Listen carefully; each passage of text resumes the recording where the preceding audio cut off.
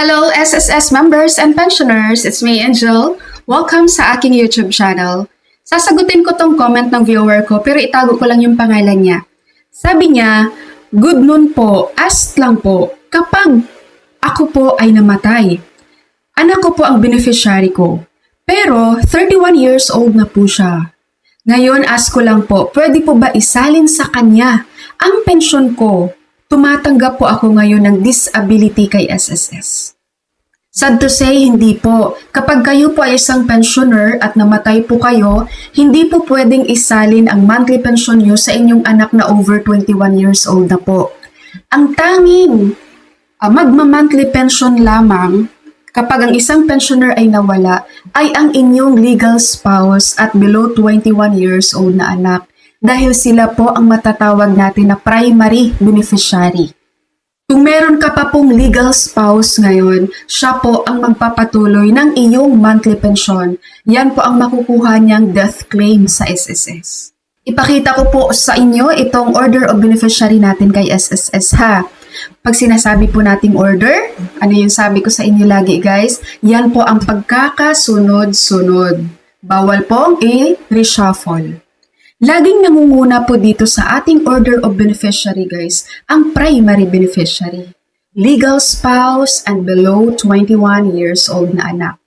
Kaya sabi ko po sa inyo kanina, ang tanging sasalo lang po ng iyong monthly pension kapag si pensioner ay nawala, ay ang kanyang legal spouse lang at below 21 years old na anak. Okay? Ngayon, kung sasabihin niyo pong wala kayong legal spouse, so i-X na natin tong primary. Ang susunod na titingnan ni SSS ngayon ay ang iyong secondary beneficiary. Kung saan, ito po yung mga magulang mo, member. Kung buhay pa po ang mga magulang mo, sila po ang makakapag-claim ng death claim sa SSS. Pero, hindi po ito monthly pension. Lump sum lang po. At depende lang po yung sa record mo kung meron pa po silang malalampsam kay SSS. Lalo na po pag matagal na kayong naging pensyonado ni SSS. Okay? Kung buhay ang iyong magulang, maglalampsam sila, pero depende sa record mo kung meron pa silang malalampsam. Ngayon, pag sasabihin mo po, ma'am, patay na rin yung mga magulang ko. So wala ka ng secondary, X na natin yan.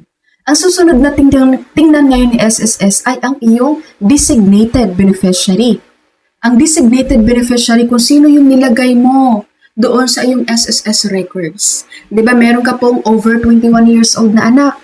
Ngayon kung siya yung nandun sa record mo, siya po ang matatawag natin na designated beneficiary. Okay, kung ilan man yung designated beneficiary na nilagay mo doon, maghahati-hati ang mga yan.